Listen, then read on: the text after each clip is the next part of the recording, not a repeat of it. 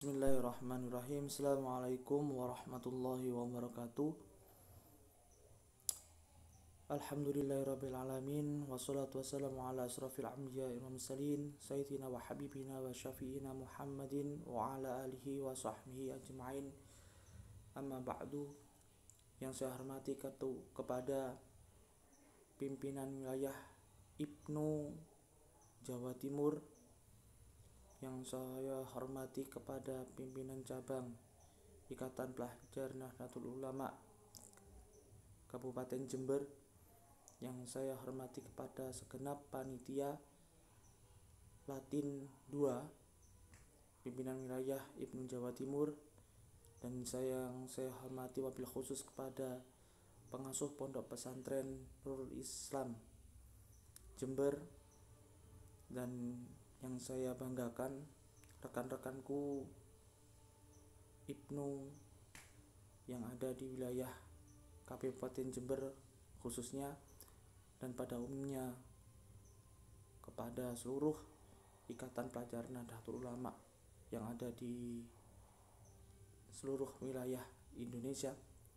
Hari ini saya atas nama Muhammad Abqori akan mempresentasikan mengenai artikel kemudian yang saya buat, yaitu dengan judul urgensi kaderisasi di dalam organisasi Ibnu.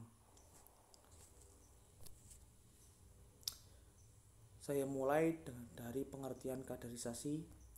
Kaderisasi menurut KBBI berasal dari kata kader, kata dasar kader, yang artinya orang yang penting dalam pemerintahan, partai, organisasi, dan sebagainya. Secara istilah, kaderisasi adalah proses cara perbuatan mendidik atau membentuk seorang menjadi kader. Maka dari itu kemudian kaderisasi, kalau kemudian ditarik kesimpulan bahwasanya di sini berkenaan mengenai pemupukan jati diri seorang kader menjadi kader yang potensial, yang artinya meningkatkan potensi yang para kader miliki untuk kemudian membentuk suatu organisasi yang lebih baik, meningkatkan kualitas organisasi yang baik. Maka dari itu kaderisasi yang bagus akan menunjang organisasi yang baik. Saya akan lanjutkan. Mengapa perlu adanya kaderisasi? Nah, yang pertama adalah dalam suatu organisasi ada ketentuan periode kepemimpinan. Misalkan di dalam peraturan dasar atau pedoman kaderisasi yang ada, seperti pimpinan cabang yang hanya kemudian 2 tahun periodisasinya, kemudian pimpinan wilayah periodisasinya yaitu adalah 2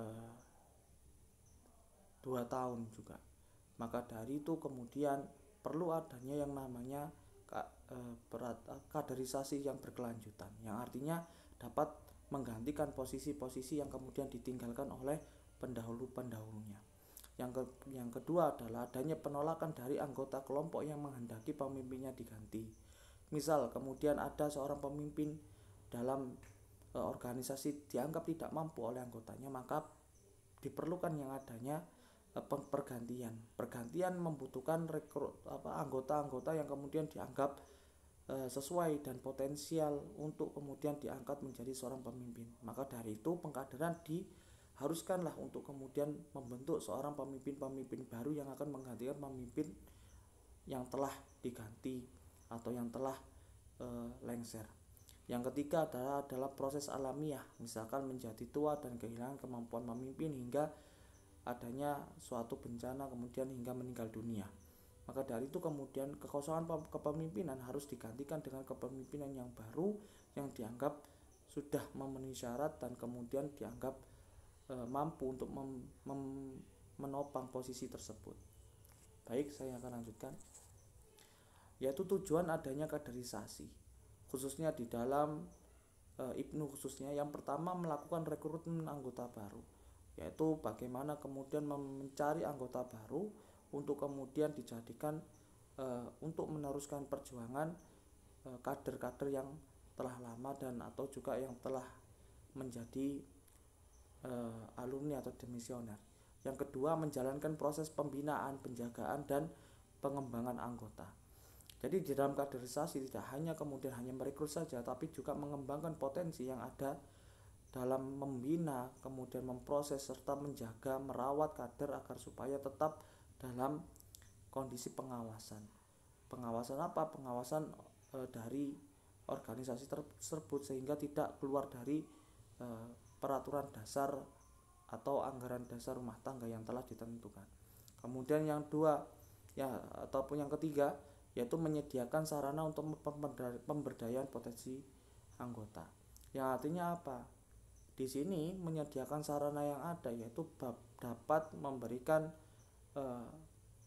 sebuah jembatan untuk kemudian mengembangkan potensi para kader. Ketika potensi kader digali, maka akan menimbulkan suatu potensi yang dimiliki seorang kader untuk kemudian menjadikannya seseorang yang hebat, menjadikan organisasi khususnya umumnya menjadikan organisasi menjadi organisasi yang kuat dan yang kemudian kuat dan juga ikut andil di dalam menjadikan dirinya seorang yang hebat. Next, tantangan kaderisasi IPNU yang ada hingga saat ini adalah yang pertama, radikalisme. Radikalisme pada dasarnya adalah adapun kekuatan-kekuatan dari luar yang kemudian menggoyahkan atau membahayakan terhadap anggota-anggota yang kemudian dianggap berpotensi atau rentan untuk kemudian dimasuki paham-paham yang tidak baik. Misalkan sekarang pada saat ini adalah banyaknya situs-situs yang bernuansa rasis, terorisme dan sebagainya. Maka kemudian pencegahannya dengan cara melakukan pembentengan terhadap agama-agama, kemudian paham-paham yang bersifat rasis tersebut. Yang kedua adalah penurunan moral.